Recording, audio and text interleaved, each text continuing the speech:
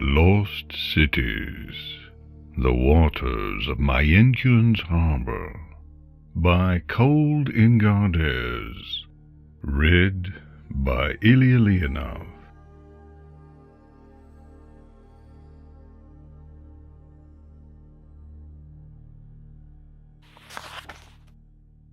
The waters of Myinnkyun's harbor are deep and clear.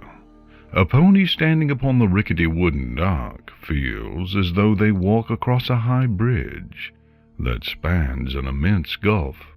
Even at noon, the burning tropical sun cannot plumb the harbor's depths. Sight fades past a few yards, past the dock's pilings, past the schools of silver fish that flicker and flee in the space of a breath.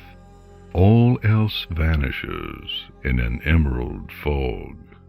The waters are filled with every manner of lost thing, cargo dropped by careless stevedores, driftwood carried by the tides, the rotting remains of the schooner Venture sunk in a summer hurricane, an ivory pan flung by the mayor in a fit of pique, rotting scraps of thatch housing, crabs who poke at all these things and make within them homes.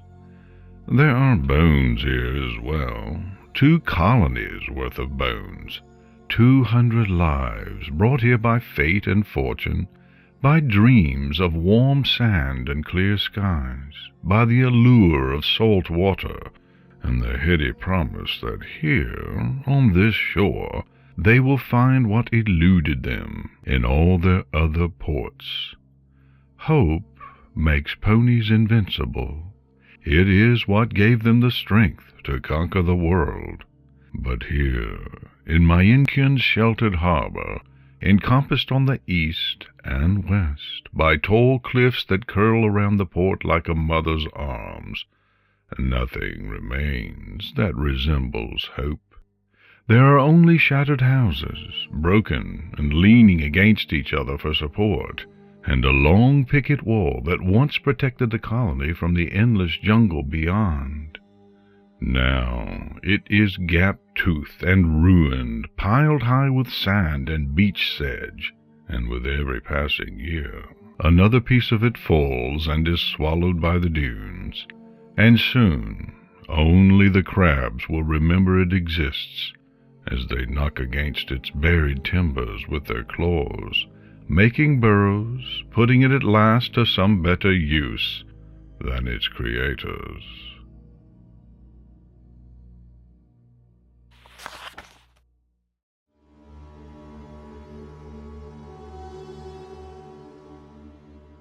Can a town dream? A town breathes and grows. Towns live and die. A town's ponies can dream. And what is a town? It is not a spot of earth, or collection of buildings, or a point on a map. A town is its ponies, and it must be agreed that the whole can do all the same things as its parts.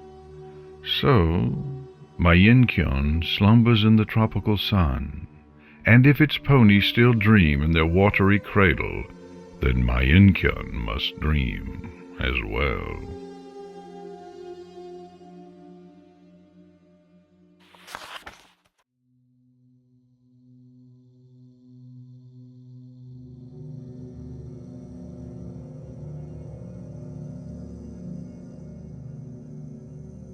There is a great house on a hill in Myinnkyun, looking out over the waters of the bay.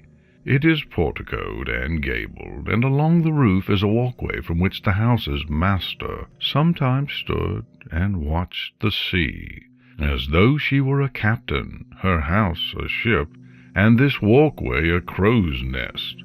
From here, Peridot watched the storms and kept careful count of the boats laden with her treasure as they pulled into port. The front door has fallen off its hinges, and the beach has crept inside. The floorboards have gone gray and dry. Sand sieves between them in dark lines that run the length of the room. The walls, made up in plaster and board by ponies too stubborn to adapt to the tropical weather, have long since rotted away, and only decaying beams remain to support the upper floors. There is a set of stairs leading higher. They are weak, and only a foal or Pegasus can use them any more.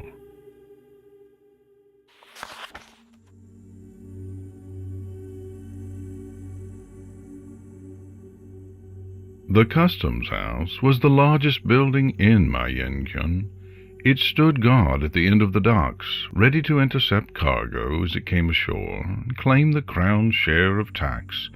The mayor lived on the second floor, and the guard kept their barracks in a long row house to the side, and it was here that ponies made their final stand.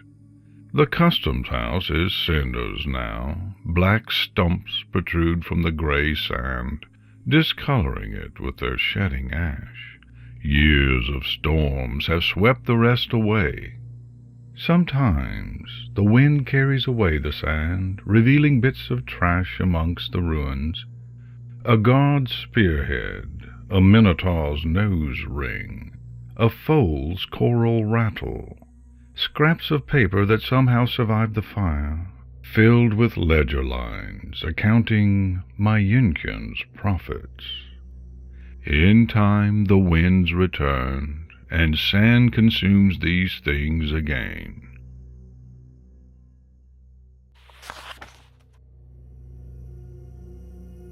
Beyond the fragmentary wall, beyond 100 yards of bare sand, the jungle rises like a wave.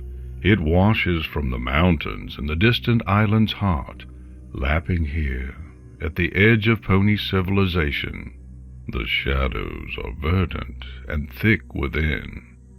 To the ponies of Myinnkyun, the jungle was the wellspring of all their fears. Its shadows held every manner of secret and nightmare, monsters that lurked beneath their windowsills and scratched at their doors.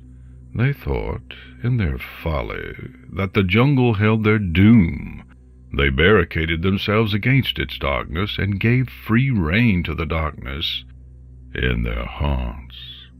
Now the jungle echoes with distant thunder. Drums pound out a rhythm in the night, and the orange light of 1,000 bonfires paints the clouds with false evening glow. Laughter, songs, howls all spill out from the native revelry, and Pony Island belongs once more to the first people.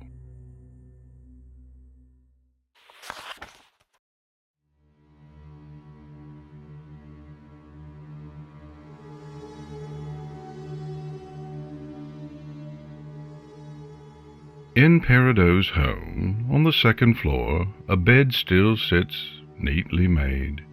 The sheets are crusted with salt blown in from the bay. They are frozen in place, and Peridot, who slept on the floor at the foot of her own bed, would smile to see them so preserved. The window beside the bed is open, not broken, open, and on the windowsill are rough gouges where a pony's hoof has scraped. A single rosy feather, the same color as the dawn, is still lodged in the window's track, where a careless Pegasus lost it in his hurried haste.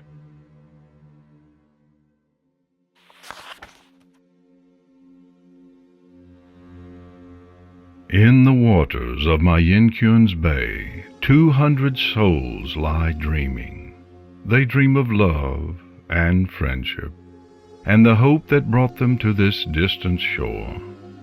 They who are dead no longer dream of fear. They have forgotten the murder, and why any pony would ever want to kill.